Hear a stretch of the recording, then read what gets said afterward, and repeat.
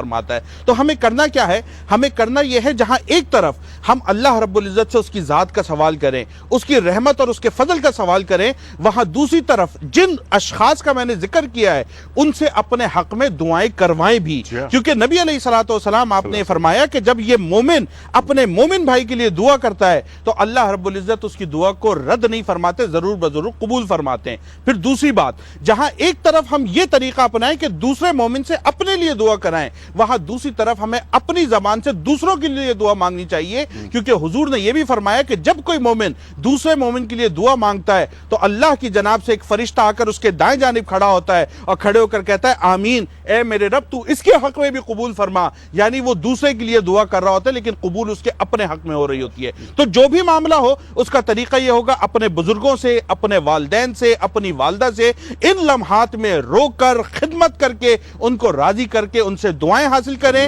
مومنین سے اپنے لیے دعائیں کرائیں اور خود اپنے مومن بھائیوں کے لیے دعائیں مانگیں تاکہ اللہ رب العزت ان مومنین کے صدقے ہمارے حالوں پر رحم فرمائے اور ہمارے لیے بھی دنیا اور آخرت کے معاملات میں آسانی پیدا فرمائے. سبحان اللہ، سبحان اللہ، سبحان اللہ، سبحان اللہ. ڈاکٹر صاحب آپ کا بڑا ممنون، آپ تشریف لائے. شیخ صاحب بڑا شکریہ، بہت کرم آپ کا، تشریف لائے. صدیق اسماعیل صاحب جزاک اللہ، جزاک اللہ، جزاک اللہ. اللہ تعالیٰ بس یہ ہماری کوششیں اپنی بارگاہ میں قبول فرمائے. ربنا تقبل منا انک انت السمیع العلیم.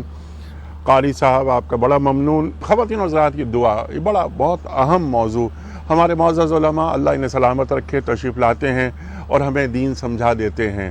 وقال ربکم ادعونی استجب لکم ان الذین یستکبرون عن عبادتی سیدخلون جہنم داخرین سے بات شروع ہوئی تھی اور دیکھیے کہاں تک یہ بات پہنچی. رفتہ رفتہ رفتہ ہم یہاں تک آئے کہ دعا کے آداب کیا ہیں، دعا کی شرائط کیا ہیں، دعا کس سے مانگ رہے ہیں، اس کا بھی ہمیں خیال ہونا چاہیے.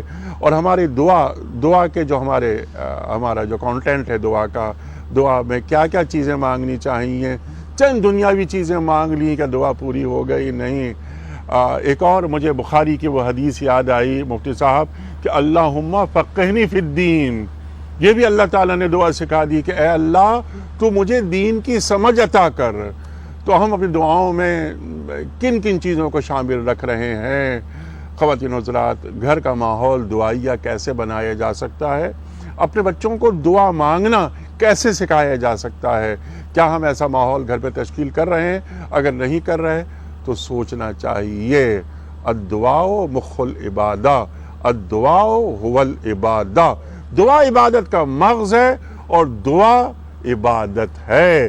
اللہ کے رسول فرما رہے ہیں صلی اللہ علیہ وآلہ وسلم. اپنے میزبان انیق احمد کو کل تک کے لیے اجازت دیجیے. نئے پینل کے ساتھ، نئے موضوع کے ساتھ کل پھر حاضر ہوں گے. خدا حافظ.